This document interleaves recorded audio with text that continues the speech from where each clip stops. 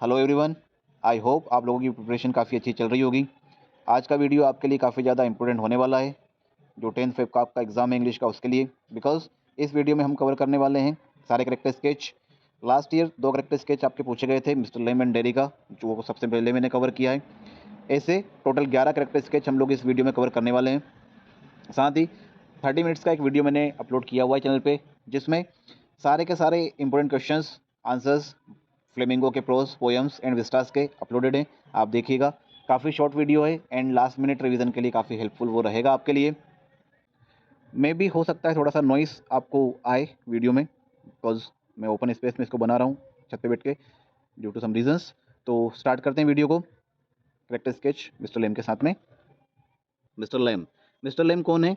एक elderly person है जो अपने घर में अकेले रहते हैं और उनके घर में एक गार्डन भी है। उनका एक पैर जो है वो टिन का है, बिकॉज वॉर के टाइम पे उनका एक पैर इंजर हो गया था। नेचर, मिस्टर लेम का नेचर कैसा है? बहुत ही चेयरफुल पर्सन है, काइंड है, फ्रेंडली है और वो सभी का अपने गार्डन में वेलकम करते हैं। वो कभी भी दुखी नहीं होते हैं कि उनके पैर नहीं है या उनका एक पैर नहीं है। इस डिसेबिलिटी की वजह से वो कभी भी दुखी नहीं होते हैं। वो एंजॉय करते हैं नेचर को, बुक्स को, एप्पल्स को एंड लोगों के साथ को।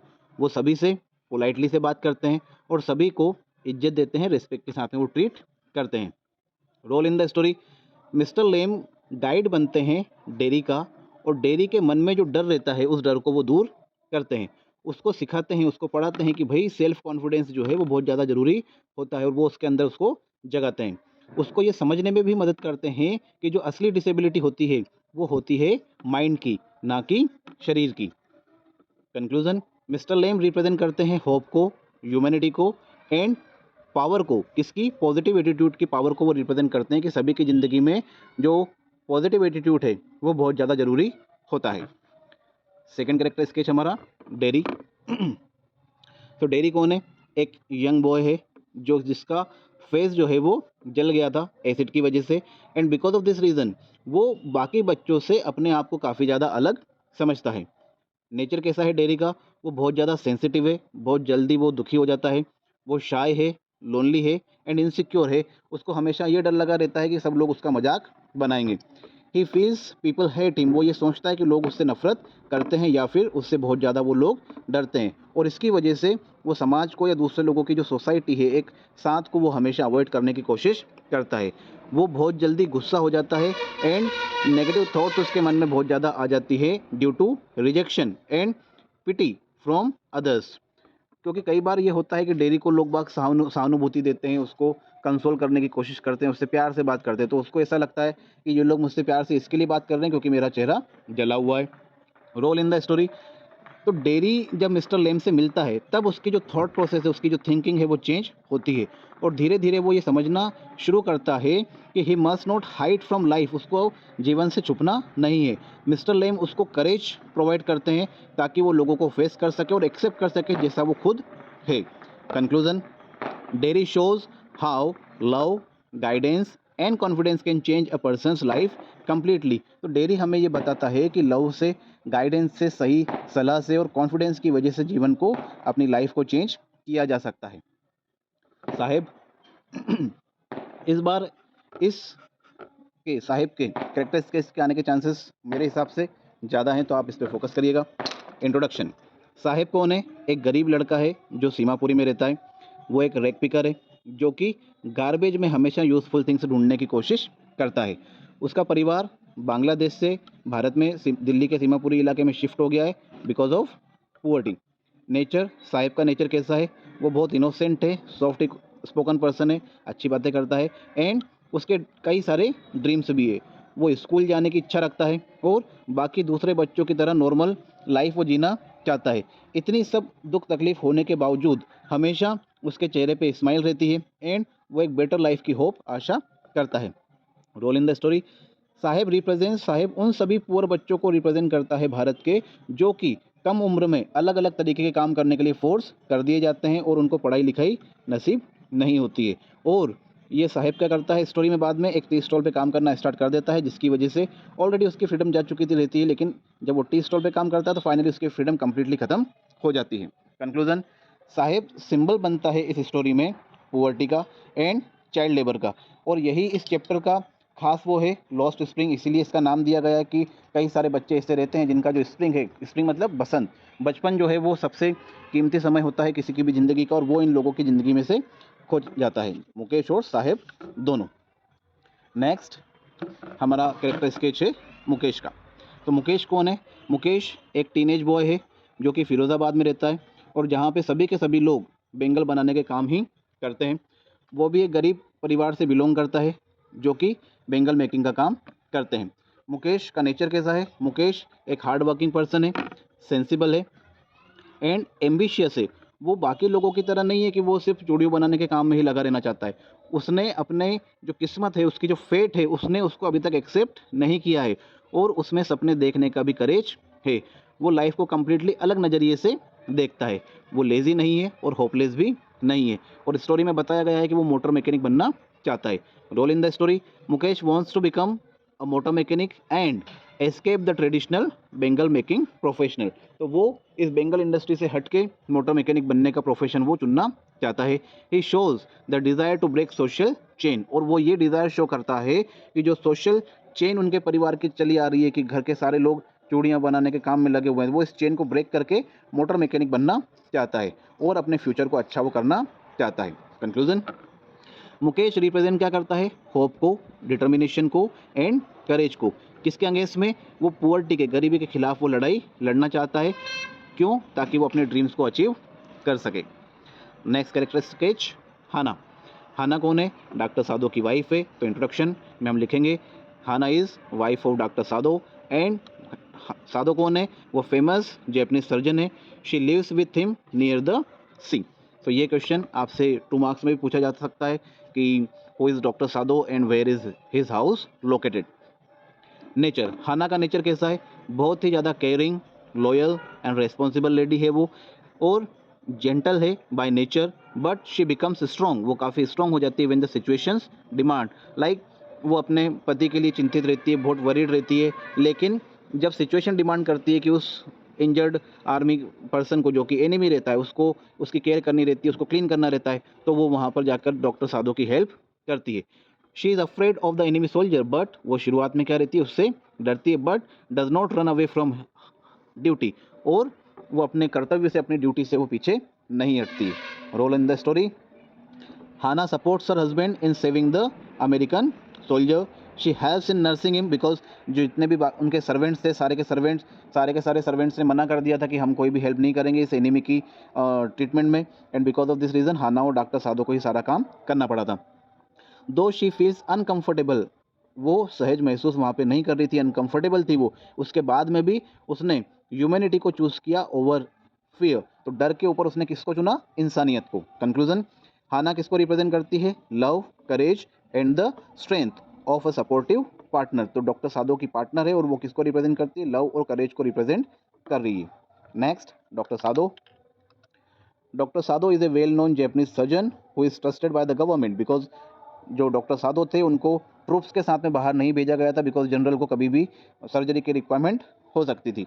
सो उसकी रिक्वायरमेंट थी, ट्रस्ट करते थे गवर्नमेंट के लोग उसको, and he is a patriotic citizen of Japan.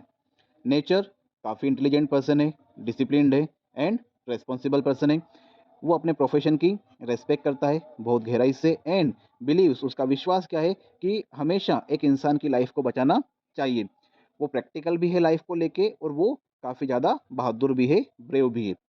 Role in the story, when he finds, जब उसको मिलता है वो इंजर्ड अमेरिकन सोल्जर, तो वो स्ट्रगल करता है। ही struggles between patriotism and humanity, कि वो देश के प्रति अपनी वफादारी को चुने या इंसानियत को चुने। और एज ए डॉक्टर वो क्या करता है? वो उसकी जान को बचाता है दुश्मन की भी, एंड बाद में उसकी वो हेल्प करता है ताकि वो वहाँ से एस्केप हो सके, ताकि वो अपने परिवार को और खुद को बचा सके।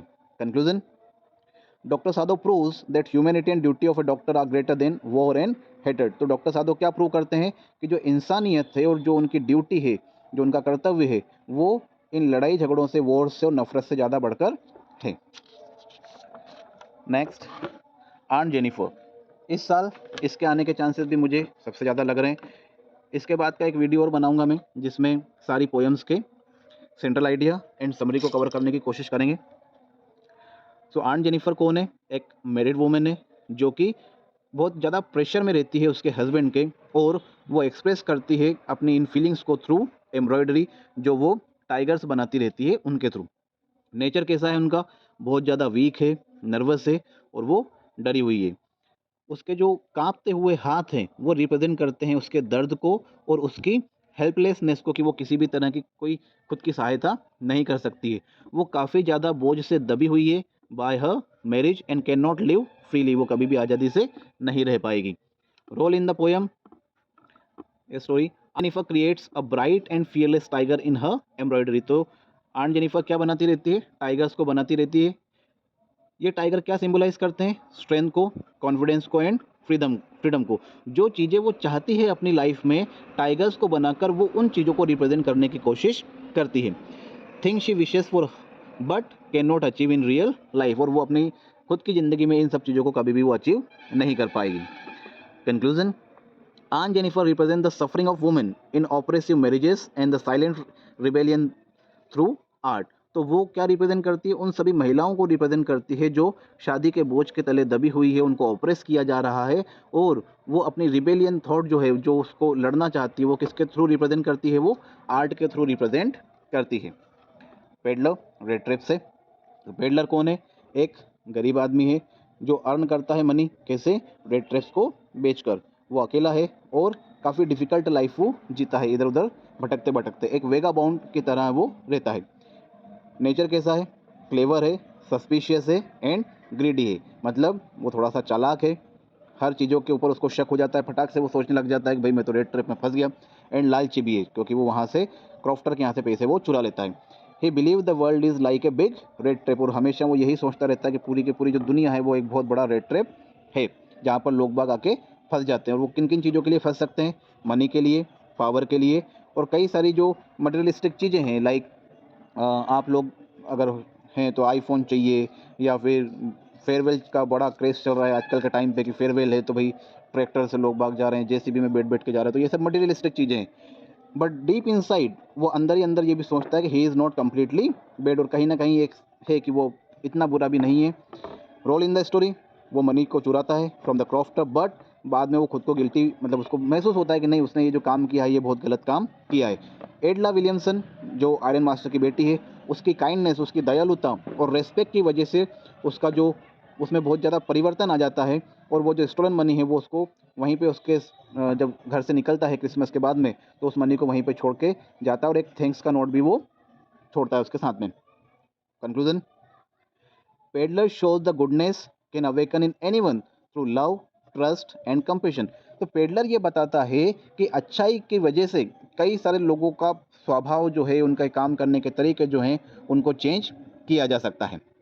Next, एडला Williamson.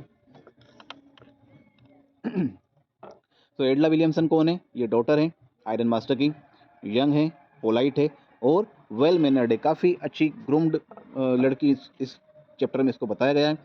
She is kind hearted, काफ़ी सॉफ्ट हार्ट की है, सॉफ्ट स्पोकन है और अंडरस्टैंडिंग है। क्योंकि ये तीनों चीज़ें हमको कहाँ से समझ में आती है? जब वो फैक्ट्री में जाती है और वो पेडलर वहाँ पे सोया हुआ रहता है, जैसे ही वो उसकी कैप उठाती है तो वो एब्रप्टली डर के उठ जाता है। तब इसको समझ में भी आ जाता है, वो अंडरस्टैंडिंग उसकी यहाँ से समझ में आती है हमको, कि वो क्रॉफ्टर जब एकदम से डर के उठता है तो उसको समझ में आता है कि या तो ये कोई चीज़ चुरा के भागा है या जेल से भाग के आया है, ये दोनों चीज़ें हैं। शी डज़ नॉट जज पीपल बाय देयर क्लॉथ्स और बैकग्राउंड। तो वो पेडलर को उसके कपड़ों की वजह से या उसके बैकग्राउंड से वो उनको जज नहीं करती है। जब आयरन मास्टर को ये पता चल जाता है कि ये उसका आर्मी का वो पर्सन नहीं है जिसको वो समझ रहा था, उसके बाद में भी वो उसको वहाँ पे रुकने का बोलती है, बिकॉज वो चाहती है कि ये जो क्रिसमस ईव है उसका वो अच्छे से सेलिब्रेट करे। She believes in giving people a chance to improve, और वो लोगों को एक इम्प्रूवमेंट का चांस देना चाहती है, जैसा कि उसने पेडलर को दिया।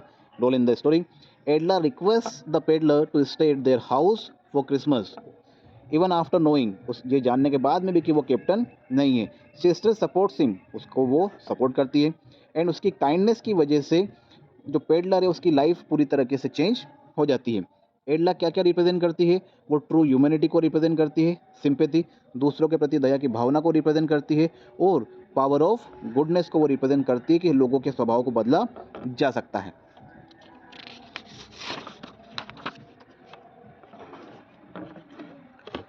Next, iron master. The iron master is a rich owner of iron factory. तो ये आयरन मास्टर कौन है? आयरन फैक्ट्री का एक रिच ओनर है और एडला विलियमसन का फादर है। उसकी सोसाइटी में काफ़ी ज़्यादा इज्जत भी है। Nature, he is a proud, strict and status minded person. तो उसके दिमाग में हम लोग ये कह सकते हैं कि थोड़ा सा इज्जत ज़्यादा मायने रखती है उसके लिए, वैल्यूज़ उसके लिए बहुत ज़्यादा मायने रखती है, एंड सोशल पोजीशन भी।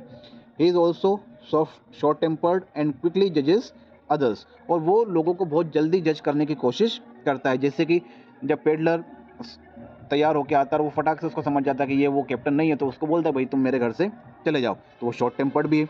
रोल इन द स्टोरी, वो पेडलर को मिस्टेक से एक कैप्टन समझ लेता है एंड अपने घर पे आने के लिए उसको बोलता है। बाद में वो एडला के साथ में आता है।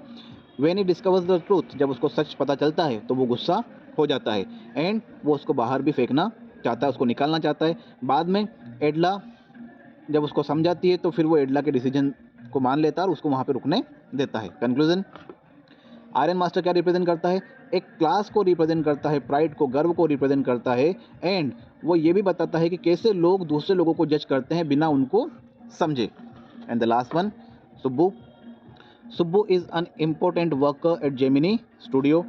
सुब्बू की 4 करेक्टरिस्टिक्स आपसे पूछी जा सकती हैं एग्जाम में। बहुत इंपॉर्टेंट क्वेश्चन है ये, याद कर लीजिएगा अगर आपने नहीं किया हो तो। क्वेश्चन आंसर का एक आधे घंटे का मैंने वीडियो डाला हुआ है जिसमें आधे घंटे में सारे क्वेश्चन आंसर आपके कवर हो जाएंगे।